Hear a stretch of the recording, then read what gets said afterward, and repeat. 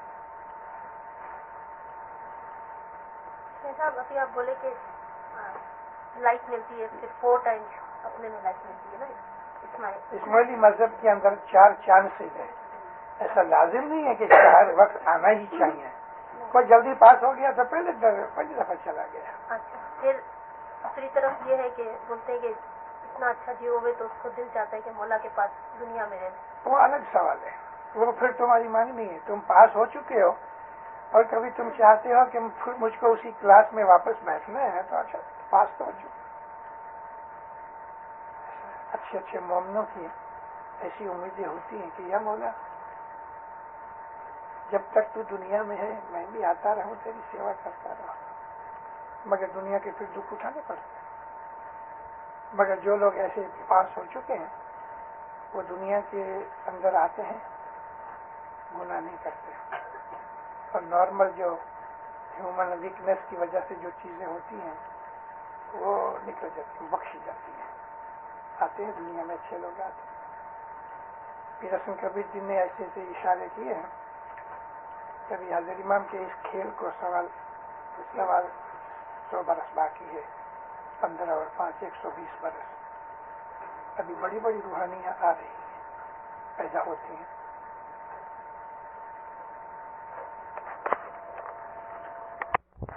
ہوا میں ہوتا فزیکل فارم، ہاں فزیکل فارم میں بھی آتے ہیں. ہوا تو ابھی تک آ رہی ہے، آ رہے ہیں. تو چھٹکارے کی بات چھٹکارے کی بات کیا فزیکل فارم. ہاں تو کیونکہ اس کا کام کرنے کے لیے آتے ہیں. ہاں چھٹکارے کی بات کیا ہے. ابھی ایسا دیکھو کوئی بڑی کمپنی والا ہے، وہ ایک آدمی کو بولے، حسین کو بولے کہ ابھی تم جاپان جاؤ میرا کام کر کے آؤ، تو ٹکٹ کا خرچہ تھوڑا حسین دے گا، وہ سیٹ دے رہے، ہوٹل کا خرچہ سیٹ دے رہے، ٹیکسی کا خرچہ سیٹ دے رہے، ریسٹورینٹ کا خرچہ سیٹ دے رہے، کسی کو ادھر وہ انٹرٹین کرے، یہ سارا خرچہ سیٹ کے اوپر. تو یہ سیٹ بھیجے آدمی کو تو پھر خرچہ بھی دے رہے نا، سارا سب کچھ اس کے اوپر. میں چھوٹا تھا، میں اپنی بات کہ رسم کبیر دن 3 برس کے تھے. ان کا ایک ہندو دوست تھا، تھوڑا بڑا تھا، ان سے پوچھ میں رہتے تھے. ایک دن گرد پیر رسم کبیر دن اس کے گھر پہ گئے تو رونا پیٹنا جاری تھا.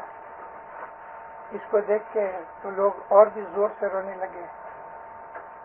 تو یہ گیا تھا، اس کا کوئی نام لیا، اس کو کہا اٹھ، تو لوگ اور بھی رونے لگے. کسی نے کہا کہ اب یہ نہیں اٹھے گا.